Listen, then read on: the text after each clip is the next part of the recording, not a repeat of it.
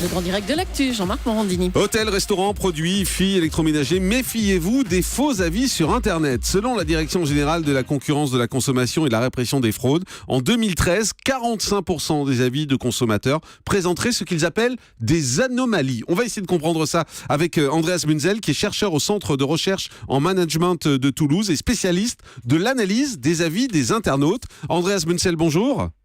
Oui, bonjour. Merci beaucoup d'être en direct avec nous sur Europe 1. Alors, on va essayer de décrypter d'abord ce que dit la Direction générale de la concurrence et de la consommation. 45% des avis de consommateurs présentent des anomalies. Qu'est-ce que ça veut dire ? Donc des anomalies, c'est bon, tout d'abord très majoritairement ça peut être des faux avis. Donc ça veut dire que des avis truqués, donc de la publicité déguisée par les marques, par les agences qui sont en charge des réputations par exemple, mais aussi d'autres anomalies. Ça peut être aussi le style d'écriture, le style de rédaction qui peut être vulgaire, qui peut présenter des mots peu adaptés, etc. Donc c'est tout un ensemble d'anomalies possibles. Mais Andreas Munzel, ce que vous nous dites là, c'est vous nous dites qu'il y a des agences, par exemple, aujourd'hui, qui ne font que ça, qui sont chargées de poster des avis sur Internet. Voilà, ça fait partie de l'offre en fait de certaines agences. Donc il y a tout un ensemble d'agences des réputations, dont la plupart fait un très très bon travail pour aider les entreprises, notamment à gérer la réputation en ligne dans les médias sociaux, les réseaux sociaux. Mais il y a une partie pour lesquels en fait l'offre consiste à poster sur Internet, à publier des faux avis positifs pour leurs clients. Tout à fait. Ouais. C'est-à-dire que moi j'ai un restaurant, je vais contacter cette agence et je vais lui dire voilà, mettez des avis positifs sur moi dans les différents sites de référencement, et ils vont aller en se faisant passer pour des consommateurs en disant que mon resto est super même si c'est pourri.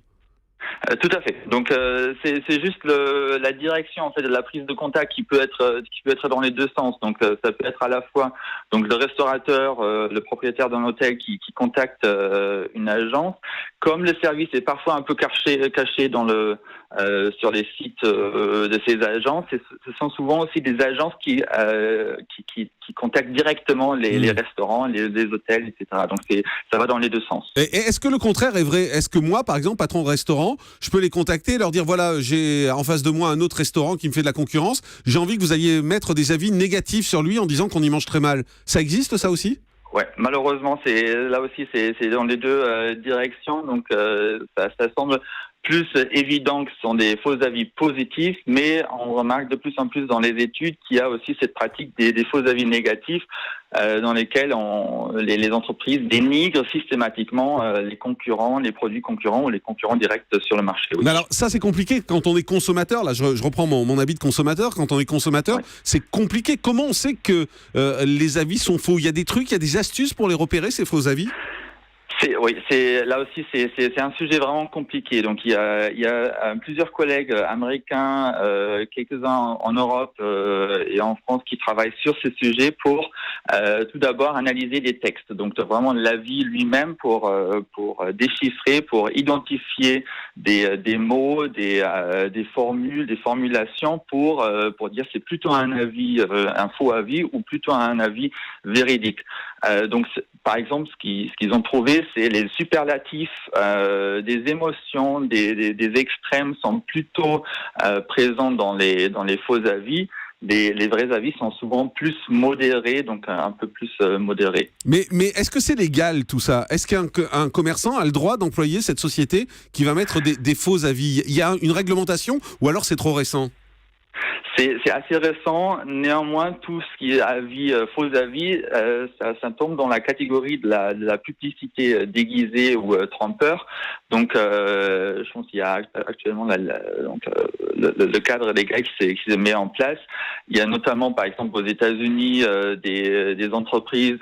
Pour vous donner un exemple, le Samsung qui a été récemment condamné à payer une amende assez élevée pour des raisons de faux avis positifs et faux avis négatifs sur les concurrents. Donc il y a vraiment un cadre qui est en train de se mettre en place autour de ce sujet. Autre question que je voulais vous poser, c'est qu'aujourd'hui, quand on va sur ces sites-là, ça veut dire qu'il ne faut pas faire confiance aux avis ? il faut au moins appliquer un certain niveau de scepticisme. Donc vraiment un esprit plutôt critique, ce qui est difficile parce que si on prend l'exemple de la publicité, on sait que derrière il y a la marque qui parle plutôt positivement de leurs produits. Dans le cas des avis d'internautes, on attend un autre consommateur comme nous derrière cet avis. C'est donc pas souvent et pas tout le temps le cas. Donc il faut un certain niveau de scepticisme et essayer de comprendre est-ce que c'est plutôt un vrai, plutôt un faux. Donc c'est compliqué, mais c'est ouais. Et selon votre enquête, et c'est intéressant de le dire, ce sont plutôt les petites structures qui ont tendance à truquer plus que les grosses sociétés. C'est-à-dire c'est plutôt le petit restaurant, le petit hôtel qui a tendance à utiliser ces faux avis. Oui, tout à fait. Donc là aussi pour expliquer les grandes structures, notamment des grandes chaînes, par exemple d'hôtels ou de restaurants, il y a la marque qui est assez forte, qui sert comme un peu comme indicateur de confiance pour les consommateurs. De l'autre côté, pour les petites structures, c'est plus difficile. Ils n'ont pas une marque bien connue, donc ils sont beaucoup plus livrés aux avis.